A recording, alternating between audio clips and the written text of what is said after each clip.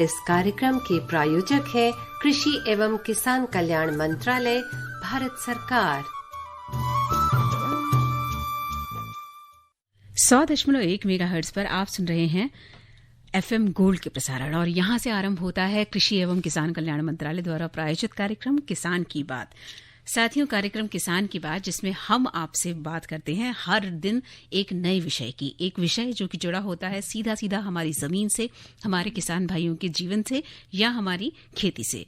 कार्यक्रम में इस समय आपके साथ हूं मैं ज्योत्सना, और मेरे साथ हैं मेरे सहयोगी विनोद कुमार। और आज जिस विषय को लेकर हम उपस्थित हुए हैं वो विषय है फसलों के उत्पादन में बीजों का महत्व। बिल्कुल सही विनोद, बीज अगर सही नहीं होंगे तो सारी मेहनत हमारे किसान भाई चाहे जितनी मर्जी मेहनत करें वो लगभग बेकार हो जाती है, बर्बाद हो जाती है। सही कहा जी। जैसे किसी भी काम को करने के लिए एक बॉटम लाइन, एक धरातल चाहिए ना, इस तरह से मुझे लगता है खेती का सबसे बड़ा धरातल है बीज। सही बीज का चुनाव और उनको पहचानना, और कहाँ से मिलते हैं, क्या क्या सुविधाएं हमारी सरकार दे रही है, बिल्कुल इन सब के बारे में हमारे किसान भाइयों को पूरी जानकारी होनी चाहिए। और जहां तक हम आज की बात करते हैं तो हमारे पास डॉक्टर लक्ष्मीकांत पांडे जी, जो कि बीज विशेषज्ञ हैं नई दिल्ली में, इनकी एक बातचीत हमसे हुई थी। उसको सुनते हैं कि ये हमारे किसान भाइयों को क्या बताना चाहते हैं। किसान भाइयों राम राम। फसलों के उत्पादन के लिए कई घटक काम करते हैं, चाहे उसमें पानी हो, मिट्टी हो, और उसके साथ साथ उर्वरक भी महत्वपूर्ण होते हैं। लेकिन सबसे महत्वपूर्ण होते हैं बीज, क्योंकि अगर आपका बीज अच्छा है तो निश्चित तौर पे आपको उत्पादन भी अच्छा मिलेगा।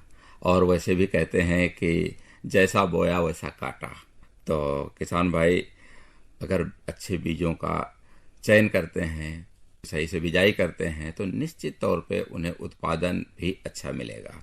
लेकिन अच्छे बीज की पहचान क्या है, बीजों का महत्व क्या है, और किस तरीके से उनका चयन किया जाए, इसकी जानकारी के लिए आज हमने स्टूडियो में आमंत्रित किया है डॉक्टर LK पांडे जी को, जो कि बीज विशेषज्ञ हैं, किसानों को सलाह भी देते रहते हैं, और समय समय पर किसान गोष्ठियां हैं उनमें भी किसानों को अच्छे बीज के बारे में बताते रहते हैं। तो डॉक्टर साहब, आज हमारे किसान भाइयों को आप बताइए कि जो अच्छे बीज हैं उनका महत्व क्या है। सबसे पहले आप सबको मेरा नमस्कार। आज आपने बड़ा अच्छा प्रसंग उठाया है बीजों के महत्व के बारे में, और मैं बता दूं कि मैं हर जगह इस बात को बोलता हूं और शुरुआत यहीं से करता हूं। सुबीजम सुक्षेत्रे जायते संपद्यते, यानी कि अच्छा बीज अगर अच्छे खेत में बोया जाएगा तो बहुत ही अच्छा उत्पादन उसका होगा। तो इसी में सब कुछ सार गर्भित है। और किसानों को फिर से मैं वही चीज समझाता हूँ कि सबसे पहले आप इस चीज को ध्यान दें कि कौन सा बीज आपको प्रयोग में लाना है, बीज के पहले कौन सी फसल आपको उगानी है, और उसके पहले आप ये देख लीजिए कि बाजार में क्या चीज की मांग है, यानी बाजार की जो डिमांड है उसके अनुसार आपकी फसल होनी चाहिए। अच्छी फसल के लिए अच्छे से अच्छा बीज आपको मिले, इसका पूरा प्रयास करना चाहिए। किसानों का सबसे बड़ा दायित्व मैं समझता हूँ यही पूरा होगा अगर उनका बीज अच्छा है। कहते हैं कि अगर बीज अच्छा है तो आपके जितने भी दूसरे इनपुट हैं वो सब काम करेंगे। अगर बीज अच्छा नहीं है तो और सारे इनपुट किसी काम के नहीं है। तो डॉक्टर साहब, अच्छे बीज का चुनाव कैसे करें किसान भाई?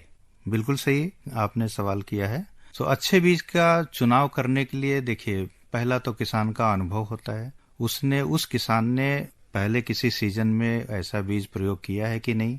उसने नहीं किया है तो उसके जो पड़ोस का कोई किसान है उसने प्रयोग किया होगा। नहीं किया है तो कोई प्रदर्शन प्रक्षेत्र में या डिमॉन्स्ट्रेशन सेंटर में जाके उसने देखा हो। तो जैसे हम कहते हैं कि सीइंग इज बिलीविंग, जो आप देखेंगे उसी पे आपको विश्वास करना चाहिए। तो फसल जरूर आप देखें। अगर कोई नया बीज मैं खुद लेके आता हूँ या कोई लेके आता है तो मैं समझता हूँ पहले उसको वेरीफाई करें कि ये बीज का परफॉर्मेंस कैसा होता है। तो कोई न कोई उसको देखा होगा, और उसकी एक प्रक्रिया है। चाहे सरकारी संस्थाएं बीज का प्रचार प्रसार करती हैं या कंपनियां प्रचार प्रसार करती हैं, तो उसका एक जो प्रक्रिया है कि वो सबसे पहले उसका डिमॉन्स्ट्रेशन देती हैं जगह जगह पे, और डिमॉन्स्ट्रेशन के समय ही किसान उसकी चयनित करते हैं कि कौन सा बीज उनके लायक है, उसमें उत्पादन है कि नहीं, उसका जो फसल आएगा वो बिकेगा कि नहीं, या बिकेगा तो किस भाव में बिकेगा। तो ये एक प्रक्रिया है जिसमें जो पहला कदम है वो किसान को इसको पूरा करना चाहिए कि देखा हुआ चीज ही उसको इस्तेमाल करें।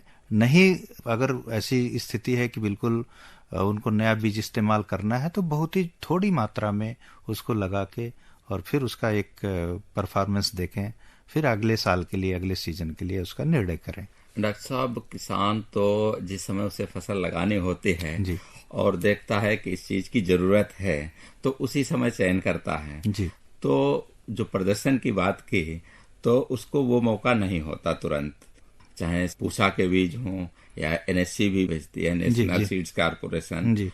लेकिन जब हमारे किसान को जरूरत होती है तो वो अपने आसपास कोई जानकार है या कोई विश्वसनीय विक्रेता है वहां से ले लेता है जी। उसके साथ साथ उसकी फसल अच्छी हो और उसके लिए बीज तो देख लिया, वो देखने में स्वस्थ है जी। लेकिन उसको हम एक बिजाई के तौर पे स्वस्थ कैसे कह सकते हैं? पहला चीज तो यह है कि वो समझ ले कि ये जो बीज या वैरायटी या जो नाम या हाइब्रिड प्रयोग में लाने जा रहा है उसको या तो उसने स्वयं ने देखा है, उसके पड़ोसी ने देखा है, या कंपनी जो बेचने जा रही है वो भी एक जिम्मेदार कंपनी होती है। बड़ी अच्छी कंपनियां जो हैं या सरकार की जो संस्थाएं हैं वो भी जिम्मेदारी से काम करती हैं। वो पहले प्रदर्शन करके इस चीज को वेरीफाई कर लेती हैं कि ये किसान के उपयोग के लायक है। उपयोग के लायक है इसलिए वो अगले साल बाजार में उसको उतारती हैं। अब जैसे बाजार में किसान जब जा रहा है बीज को खरीदने के लिए तो उसकी अपनी 2-3 जिम्मेदारियां हैं। पहला है कि एक अच्छे ब्रांड की कंपनी का बीज खरीदें, कि जिस कंपनी का ब्रांड अच्छा है, नाम अच्छा है, वो एक प्रोसेस अडॉप्ट करती हैं, फॉलो करती हैं कि जिससे कि उनका बीज हमेशा अच्छी क्वालिटी का जाए। फिर किसान जिस वितरक से ले रहा है वहां से वो रसीद जरूर उसकी प्राप्त करे और रसीद को संभाल कर रखे, उसके बीज के पैकेट को संभाल के रखे। इससे कि क्या है, कल को किसी भी सिचुएशन में ऐसा होता है कि फसल का परफॉर्मेंस अच्छा नहीं आया तो वो कम से कम उस पे दिए गए नंबर डिस्ट्रीब्यूटर से उससे मिलकर अपनी शिकायत दर्ज करा सकता है। और जो अच्छी नामी कंपनियां हैं, जो संस्थाएं हैं सरकार की, उसके अधिकारी लोग किसान तक पहुंचते हैं कि भाई क्या वजह है, कौन सा बीज है कि जो उस पर किसान से संतुष्ट नहीं है। ये एक पार्ट हो गया। अगला पार्ट ये आएगा, जो किसान बीज लेकर जा रहा है तो उसमें ये भी पहले पैकेट पे देख ले कि बीज एक्सपायर तो नहीं किया हुआ है। उस पे सारी इंफॉर्मेशन बीज के पिछले हिस्से पर दिया रहता है। इसकी डेट ऑफ पैकिंग क्या है, डेट ऑफ टेस्टिंग क्या है, इस पे उसकी कौन कौन से गुण है, कितनी % जर्मिनेशन आएगा, कितना % उसकी आनुवांशिक शुद्धता होगी, ये सारी इंफॉर्मेशन उस पे रहती है। उसको देख ले, उसमें कोई चीज एक्सपायर्ड सीड ना हो। फिर बीज को जब ले जाता है तो मैं सभी किसानों को ये बोलता हूँ कि थोड़े से उसमें से 8-10 बीज अपने किसी जगह लगा के पहले उसको देख ले कि 10 में से कितने बीज निकल रहे हैं, जिससे वो वेस्ट भी ना हो और उसको ये पता लग जाए कि ये जीवित बीज हैं सारे। तो ये उसका सबसे इम्पोर्टेंट कदम है। और अगर वो अच्छा बीज है, उसका जर्मिनेशन अच्छा है और अच्छी कंपनी है, उसने रसीद ले ली है, तो मुझे लगता है किसान ने अपना दायित्व पूरा कर लिया है। डॉक्टर साहब, वैसे तो हर कंपनी कहते हैं कि हमारा बीज अच्छा ही है, खराब तो कोई नहीं बताता, लेकिन उसको ले जाने के बाद बिजाई कर दी और अगर उसमें कोई दिक्कत आ गई, किसी कारण बस उसने बिजाई की, उसका जर्मिनेशन ठीक से नहीं हुआ जी, या उसने जिस किस्म को बोना चाहा और जितना उससे प्रोडक्शन चाह रहा था जी, उतना उसको नहीं मिल रहा है, या उसमें उत्पादन के तौर पे जब देखते हैं उसकी बढ़वार एक जैसी नहीं है, तब क्या करे किसान? बिल्कुल, ये जितनी बातें आपने कही ये बीज के गुणवत्ता से संबंधित है। अगर उसमें जर्मिनेशन नहीं आ रहा है तो भी वो गुणवत्ता का प्रश्न है। अगर उसमें फसल एक समरूप नहीं आया वो भी एक गुणवत्ता का प्रश्न है। ये सारी जिम्मेदारी कहीं न कहीं कंपनी की बनती है और कंपनी फिर उस चीज को एक्सप्लेन करने के लिए बाध्य है। तभी मैंने कहा कि जब किसान बीज खरीद रहा है, एक तो रसीद उसकी प्राप्त करे और उसका पैकेट और रसीद अपने पास सुरक्षित रखे। क्योंकि कई बार हमने देखा जब हम लोग जाते हैं किसान के पास और उसको ये कहते हैं कि भाई आप कहाँ से लेकर आए, उसके पास एक तो रसीद नहीं रहता है, पैकेट भी नहीं रहता है, तो उसके जो जहन में जो चीजें रहती हैं, जो याद रहता है वही चीज वो बोलता है। मुझे लगता है कि ये सब चीजें अगर वो सहेज के रखे तो तुरंत उसकी जो समाधान करने के लिए कंपनियां सामने आएंगी। डॉक्टर साहब, कभी कभी किसान भाई एक बार बीज ले लेता है जी। और सोचता है कि अगली बार हम पैसे क्यों लगाएं, जी। तो अपने बीज को वो दोबारा प्रयोग करता है। वो कहाँ तक ठीक है? हाँ, इसमें दो तरह के बीज हैं जो प्रचलित हैं। एक हम लोग कहते हैं ओपन पॉलिनेटेड वैरायटी। तो एक वैरायटी का सीड है, जैसे मैं बोल दूं गेहूं के बीज जितने हैं अभी हिंदुस्तान में बिक रहे हैं, सो गेहूं का बीज है, धान में ओपी वैरायटी है, दलहनों में है, तिलहनों में है। तो जो ओपन पॉलिनेटेड वैरायटी है उसको आप 3-4 साल अच्छे तरह से उसको शोधित करके आप उसका बीज रख के प्रयोग कर सकते हैं और करते हैं किसान भाई। लेकिन अगर कोई हाइब्रिड आपने प्रयोग किया है 1 साल, तो हाइब्रिड को दूसरे साल आप प्रयोग नहीं कर सकते हैं। उसको खाली आपने बाजार के लिए बेचने या खुद खाने के लिए आप प्रयोग करेंगे। उसको अगर आप हाइब्रिड को दोबारा लगाएंगे तो उसमें अगली फसल में बहुत तरह तरह की किस्में पैदा होंगी, जो एक वैज्ञानिक प्रक्रिया है। इसलिए हम लोग कहते हैं कि हाइब्रिड के बीज को दोबारा आप सोइंग नहीं करेंगे। और डॉक्टर साहब, बहुत से हमारे युवा साथी यानी जो किसान भाई हैं, वो सोचते हैं कि हम बीज का उत्पादन करके उसको बिक्री करें तो उससे हमें मुनाफा ज्यादा होगा जी। तो उसको कैसे कर सकते हैं? ये बहुत अच्छी सोच है और मैं समझता हूँ नव युवकों के लिए या ग्रामीण युवकों के लिए ये एक अच्छी अपॉर्चुनिटी है, अच्छे अवसर हैं। मैं क्या सलाह दूंगा कि अपना एक ग्रुप बनावें जी, चाहे एफपीओ के रूप में बनावें, चाहे वो अकेले काम करते हैं। उसके लिए उसमें उनको क्या करना है, यूनिवर्सिटी से संपर्क करके और अच्छी किस्म के ब्रीडर सीड लें और वो ब्रीडर सीड को ले जाके उन्हीं वैज्ञानिकों की देख रेख में वो उसका उत्पादन करें, उसकी शुद्धता मेंटेन करें और उसको अच्छे से ट्रीट करके और पैक करके किसानों को बेच सकते हैं। और उसके ऊपर वो साल दर साल एक अच्छा व्यवसाय उनका स्थापित हो जाएगा। कभी भी ऐसी कोई आवश्यकता हो तो हमारे जैसे लोग हैं जो जमीन से हमेशा से जुड़े हुए हैं, गांव से जुड़े हुए हैं, हम लोग हमेशा तत्पर रहते हैं कि ऐसे नौजवानों को जो आगे आना चाह रहे हैं, वो अगर अपना व्यवसाय करना चाहते हैं तो वो खुद भी कर सकते हैं।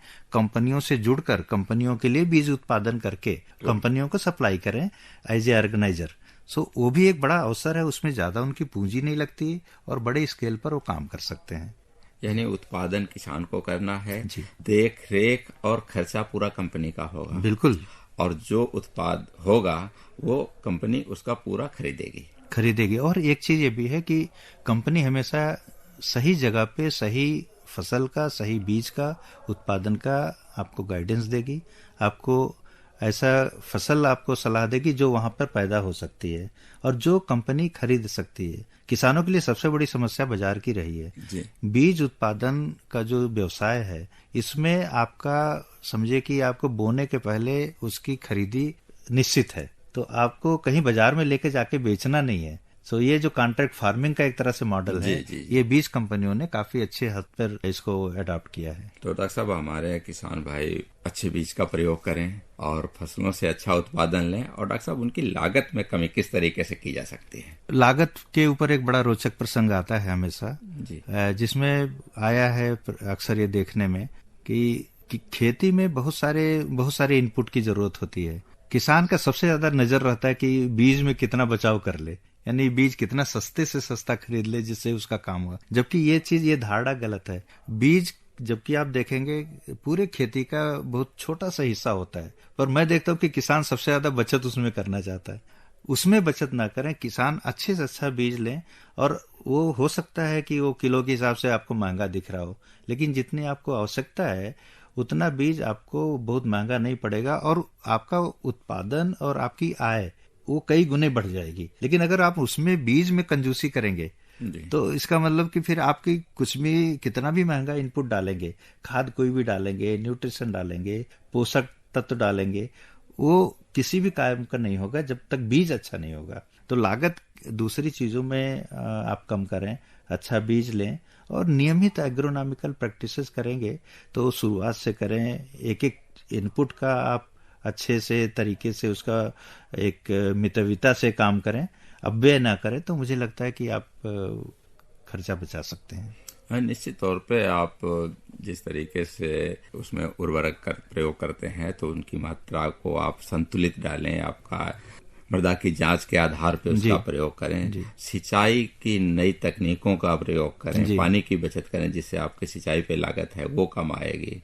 उसके साथ साथ जब फसल की आप कटाई करते हैं, देख रेख करते हैं उसमें भी नई टेक्नोलॉजी का प्रयोग करके लागत में कमी ला सकते हैं।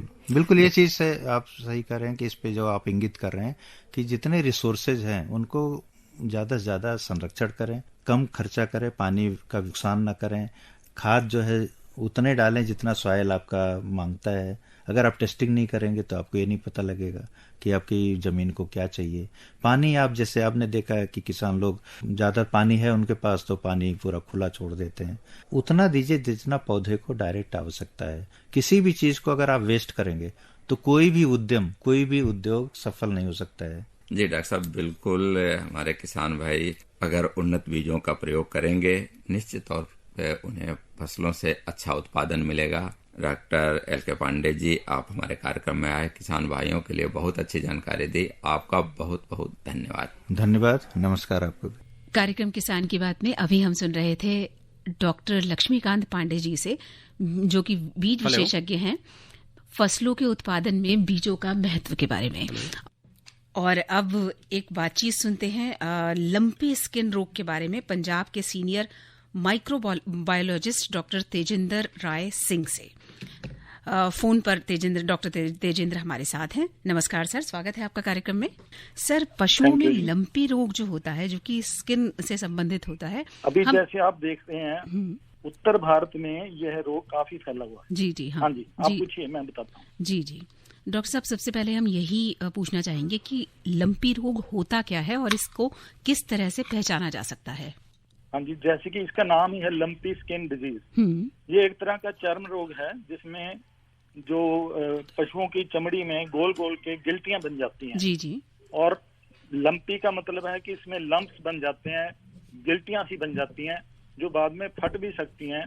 उसमें से खून का रिसाव भी हो जाता है, जिसके कारण पशु की चमड़ी किसी काम की नहीं रह जाती। जो चमड़ा वगैरह ले जाने वाले होते हैं उनके भी किसी काम की नहीं रह जाती। सो एक भयंकर बीमारी है, छूत की बीमारी है, जो एक प्रकार के विषाणु से फैलती है, जिसका नाम है कैपरी पॉक्स। ये कैपरी पॉक्स एक तरह का पॉक्स का विषाणु है।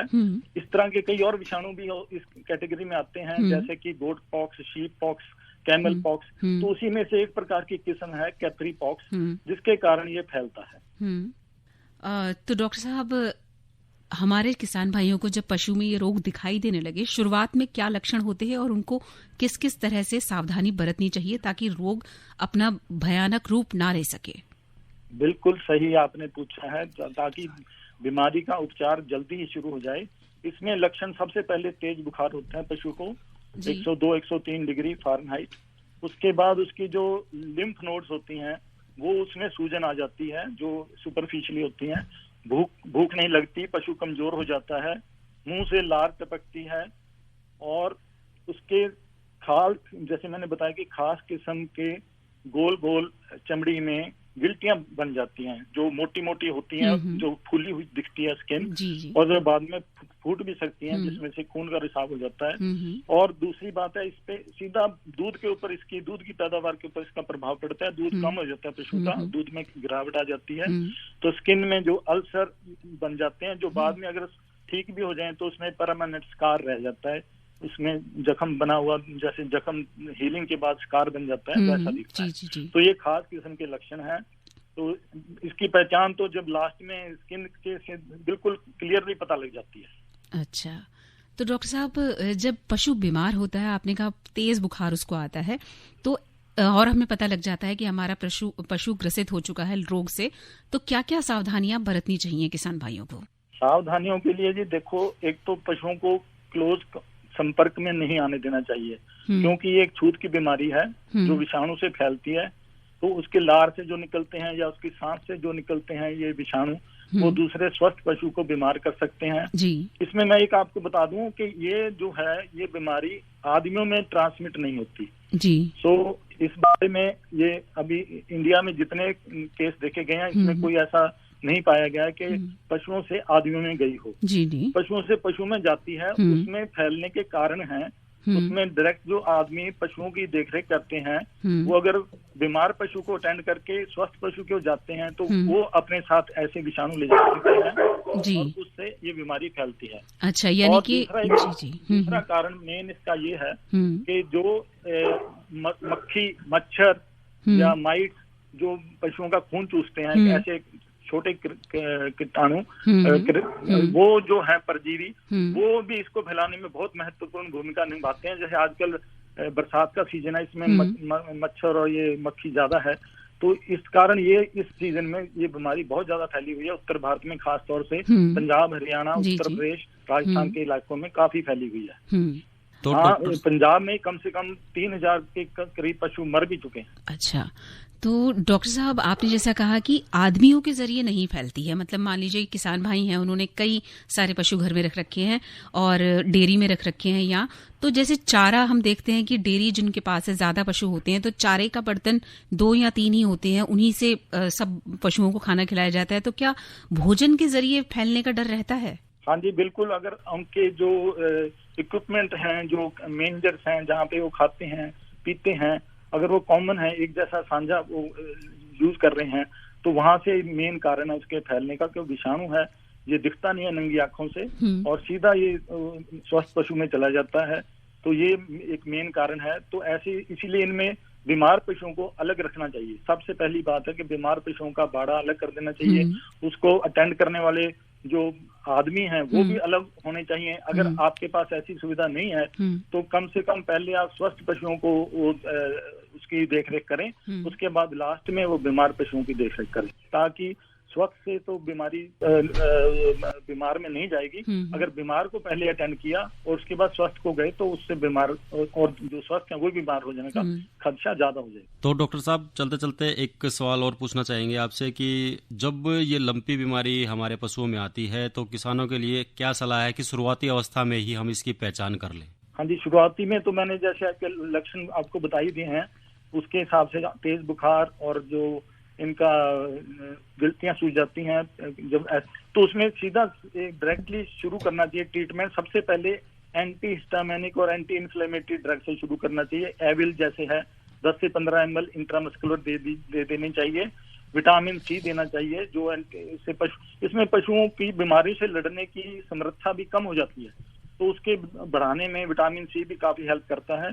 प्रोबायोटिक्स देने चाहिए, जैसे हम एंटीबायोटिक खाते हैं तो हमारे जो स्वस्थ जो कीटाणु हैं पेट के वो मर जाते हैं, तो इसके लिए प्रोबायोटिक्स भी ओरली दिए जा सकते हैं मुंह के द्वारा, और मल्टीविटामिन इंजेक्शन दिए जा सकते हैं। अगर भूख नहीं लग रही है तो बेलामिल का इंजेक्शन दिया जा सकता है 10 ml इंट्रामस्कुलर, और एंटीबायोटिक भी दे सकते हैं। लेकिन मैं बता दूं कि एक विषाणु रोग है, एंटीबायोटिक कीटाणु के ऊपर इफेक्ट करते हैं। इसका मतलब ये नहीं है कि हम एंटीबायोटिक नहीं देने, क्योंकि इसमें ये डाउट रहता है कि विषाणु के द्वारा जो पशु के ऊपर उसकी स्किन के ऊपर जो इफेक्ट हो गया उसके कारण सेकेंडरी बैक्टीरियल इन्फेक्शन हो सकती है, बाद में कीटाणुओं का उसके ऊपर रोग हो सकता है। तो उसको बचाने के लिए एंटीबायोटिक देने जरूरी कई बार पड़ जाते हैं। उसमें डाइक्रिस्टासिन इंट्रामस्कुलर 5 ग्राम कम से कम 3 दिन देना चाहिए। एनरोक्सिन दूसरा है 15 ml 15 ml, वो भी इंट्रामस्कुलर दिया जा सकता है। ये सेकेंडरी बैक्टीरियल इन्फेक्शन को रोकने के लिए है। डॉक्टर साहब बहुत अच्छी ये तो है, मैंने बताया जब बीमारी हो गई है तब आपको उपचार के लिए ये देने चाहिए जी। लेकिन एक सबसे महत्वपूर्ण बात है, जो स्किन में जो लीजन हो गए हैं, जख्म हो गए हैं, उनको आप किसी लाल दवाई पोटेशियम परमैंगनेट के घोल से, फिटकरी के घोल से उसको आप धो सकते हैं। उसके ऊपर ऑइंटमेंट लगा सकते हैं ताकि ऊपर मक्खियां ना बैठे, जो इसको आगे फैला सकती हैं, इन्फेक्शन इधर उधर न जाए। और हाईमैक और चारमल ये आती हैं ऑइंटमेंट, इसको लगा सकते हैं। जी बहुत धन्यवाद, बहुत धन्यवाद डॉक्टर साहब, इतनी अच्छी जानकारी इतने कम समय में आपको देने के लिए बहुत बहुत शुक्रिया आपका। ये थी लंपी रोग पर डॉक्टर साहब की एक छोटी सी जानकारी। उम्मीद करते हैं हमारे किसान भाई जरूर इसका लाभ उठाएंगे, और इसके साथ ही मुझे ज्योत्सना और विनोद को दीजिए अनुमति।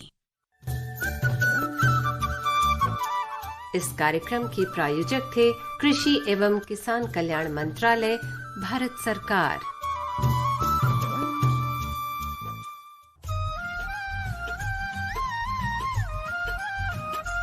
ऐसी नई नई तरकीबें अब हमको है चुननी, ऐसी नई नई तरकीबें अब हमको है चुननी।